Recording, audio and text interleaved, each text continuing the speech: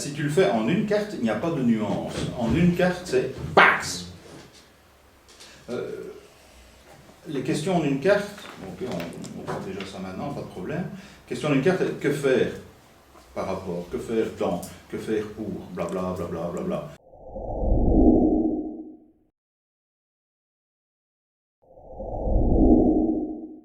Et c'est une carte. Alors là, c'est, le cas de le dire, c'est tranché. Tu as la papesse, ne rien faire, étudier, attendre. Tu as le ma, go for it. Mais donc ça, ce sera la formulation de ta question, ou le choix des mots de ta question te donnera déjà la direction. Et donc, à nouveau, en une carte, le mime, c'est génial. C'est ok, moi ici maintenant, je reçois un constat, je reçois mon état, je reçois ce qui est juste de bon de faire. C'est un mélange de tout.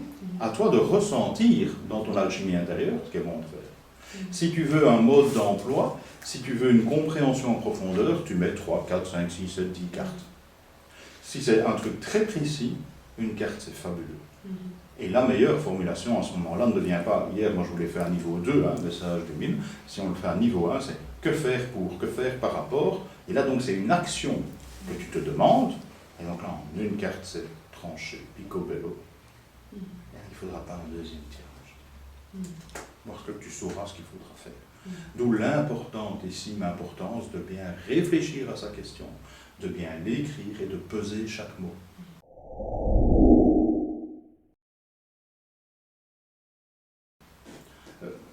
Quand je reçois en consultation par rapport à Johnny, rien qu'un mot va changer, mais toute la tonalité du tirage. Est-ce qu'il est bon pour moi de rester avec Johnny? Est-ce qu'il est bon pour moi de quitter Johnny? C'est pas la même chose. Et ce sera encore différent de que faire par rapport à Johnny. La personne, après avoir discuté avec moi pendant un quart d'heure, parce que bien sûr qu'il y a une discussion avant le tirage, on parlait de l'échange hier, c'est toi qui donnais d'ailleurs la clé, il faut dialoguer. Lorsque j'ai bien fait le périmètre de la question, du thème de la personne, ok, quelle est votre question là? Selon ce qu'elle va me dire, que je respecte de toute façon, parce que c'est de la voyance, est-ce que Johnny va tomber dans mes bras? Madame, vous êtes à côté de la plaque. Est-ce que Johnny va tomber dans les bras? Ça, c'est de la divination, c'est de la voyance, je ne prends pas cette question. Vous êtes une actrice de votre vie, vous n'êtes pas une spectatrice de votre vie. Donc, qu'est-ce que vous pouvez faire? Ah oui, que faire par rapport à Johnny? Vous vous sentez bien? Oui, ok, on y va. Est-ce que Johnny va rester avec moi, madame? C'est de la voyance, ça ne m'intéresse pas. Est-ce qu'il est bon pour moi de rester avec Johnny? Ok, là, on est d'accord. Alors là, une carte, c'est pas bon, c'est pas assez. Il faudra aller dans la nuance. Tu écoutes la nuance? La nuance, c'est le cas de le dire. Oui? Ok. Excusez-moi, et alors dans ce cas, est-ce qu'on fait une coupe quand on fait un tirage? Une coupe? Oui. C'est quoi une coupe? Voilà, on demande à la personne de couper, parce que ça arrive souvent, ça, de couper. Alors, je cite Henri Gougaud dans Les 7 plumes de l'aigle. Il me regarda et il péta. Oh, je ne vais pas péter, je ne vais pas monter, mais c'est ce que j'aurais envie de faire. Mais c'est l'ermite qui parle, ça tombe très bien. Qu'est-ce qui te fait dire dans l'histoire, dans les pratiques oraculaires ou divinatoires qu'il faut couper? C'est souvent. Eh bien, ça. Oui, non, moi, il n'y a rien. C'est pas parce que les hommes trompent leurs femmes que. Je vois que les gens fonctionnent comme ça. Bullshit! Pose-toi juste ou pose-leur la question, pourquoi le faites-vous? Au nom de quelle pratique justifiée intellectuellement et psychologiquement, psychiquement, faut-il couper un jeu? Attends, c'est débile. Si ça a du sens. Pardon? Ce qu'on ressent, si ça nous parle. Évidemment, ça c'est la réponse. D'où le P ou le RO, pour dire combien c'est bullshit. Ce qui est important, c'est que toi, Iris, tu crées ton rituel, pas une habitude ou une superstition, un rituel. Avant tout tirage.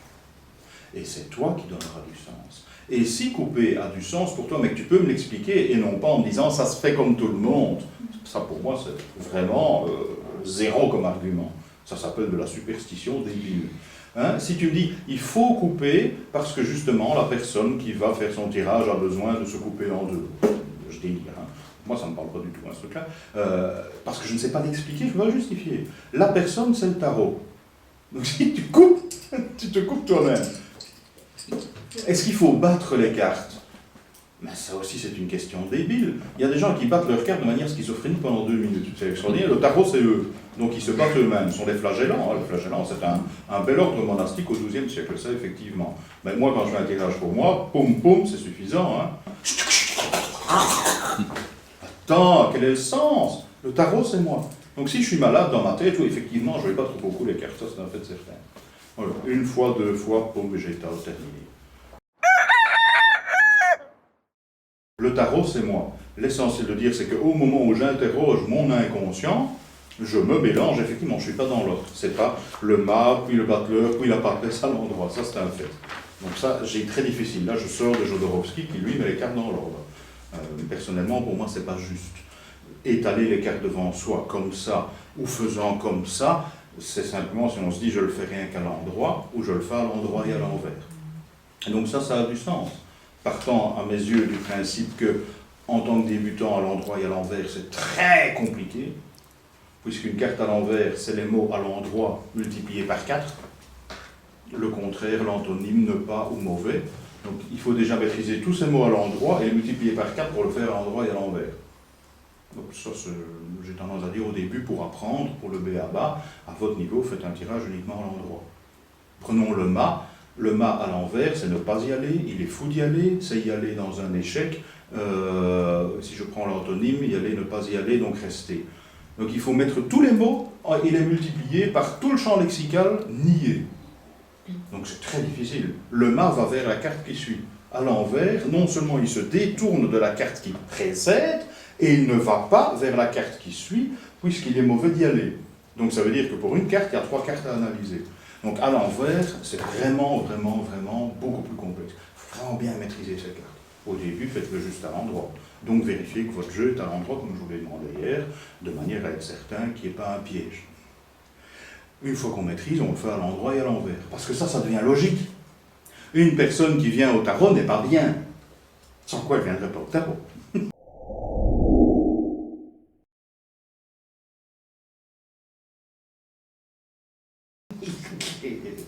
Donc il est logique de le faire à l'endroit et à l'envers, d'où mon geste de mélanger comme ça. C'est moi qui mélange les cartes ou c'est toi qui mélange les cartes? Ça c'est un contrat avec toi. Et donc pour revenir sur la notion de rituel, de battre, etc., le seul bon rituel c'est celui que toi tu vas inventer pour toi. Alors dans mon bouquin, je présente un truc, c'est pour une raison commerciale. Les gens que je reçois, je leur explique le rituel et je leur explique pourquoi je fais ça et pourquoi je fais ça dans cet ordre-là. Et un rituel, ce n'est pas une habitude ou une superstition. Je connais bien le langage jamaïcain. Le rituel, c'est toujours tout faire de la même manière, au même moment, avec le même temps, dans le même ordre. Ça, c'est rituel. Personnellement, quand je reçois chez moi, je reçois une demi-heure avant la personne. Je change l'énergie de la pièce. J'harmonise la pièce. Bougie, pas bougie, encens, pas encens, ça c'est personnel ça. Quand j'ai un manager, je ne mets pas une bougie et de l'encens. Parce que là c'est foutu. Hein. Et là je suis en costume cravate. Je connais les règles, je connais les jeux. Mais ça je le sais au téléphone au moment où la personne prend un rendez-vous. J'ai madame Duchemol qui au téléphone me dit « Oh, au niveau sentimental, d'accord, j'ai compris, je ne vais pas mettre mon costume cravate pour la recevoir. » Et donc là aussi ça fait partie. C'est pour ça que je vous donne aussi des cours de communication, pour savoir ne pas oublier à qui vous avez affaire. Si vous habillez avec, pour moi, si je me mettais maintenant 2 grandes boucles d'oreilles et puis un beau fichu ou un beau turban, ma crédibilité perso, non. Il ne faut pas être ce qu'on n'est pas, il faut être soi. Mais il faut être soi en étant crédible pour l'autre. Hein? Donc il y a toute une logique là derrière. Et la seule bonne, c'est celle que toi, tu vas mettre en place pour toi. Pour toi, pour l'autre. Ok? Et donc pour terminer, puis je t'écoute réagir tout de suite, donc par rapport à l'idée des cartes, j'ai tendance à dire, soyez gentils avec vous, surtout quand vous faites un tirage pour vous. Battre les cartes de manière schizophrénique pendant 3 minutes, si ça a un sens, faites-le. Personnellement, je vous rappelle juste, le tarot, c'est vous. Donc au moment où vous prenez le tarot dans vos mains, quel amour avez-vous pour vous? C'est déjà la question. Et donc, à mes yeux, mélanger les énergies, c'est fondamental. Schlunk, schlunk. Vous étalez devant vous la table du battleur, Ça a du sens, que ce soit comme ça, peu importe. Et puis le reste, c'est ton rituel à toi. Mais le rituel, c'est toujours de la même manière. Je reçois à 5 heures, je rentre chez moi du boulot à 4h30, j'invente, j'ai une demi-heure à préparer, tout à fait incessante, je coupe, je ne fais pas mes courses, je ne fais pas ma popote, je ne vais pas répondre au GSM, j'ai une demi-heure devant moi, c'est ça le plus important. Parce que si tu bloques, si tu dévies de ça, tu n'es pas juste. Donc ta consultation ne sera pas juste. Après une consultation, il faut nettoyer sa pièce, il faut purifier sa pièce pour ne pas avoir les énergies de la personne chez soi. Veillez aussi à regarder où vous recevez. Recevoir dans une cuisine, c'est pas top. Il vaut mieux avoir une salle pour soi, parce que les gens déposent leurs énergies.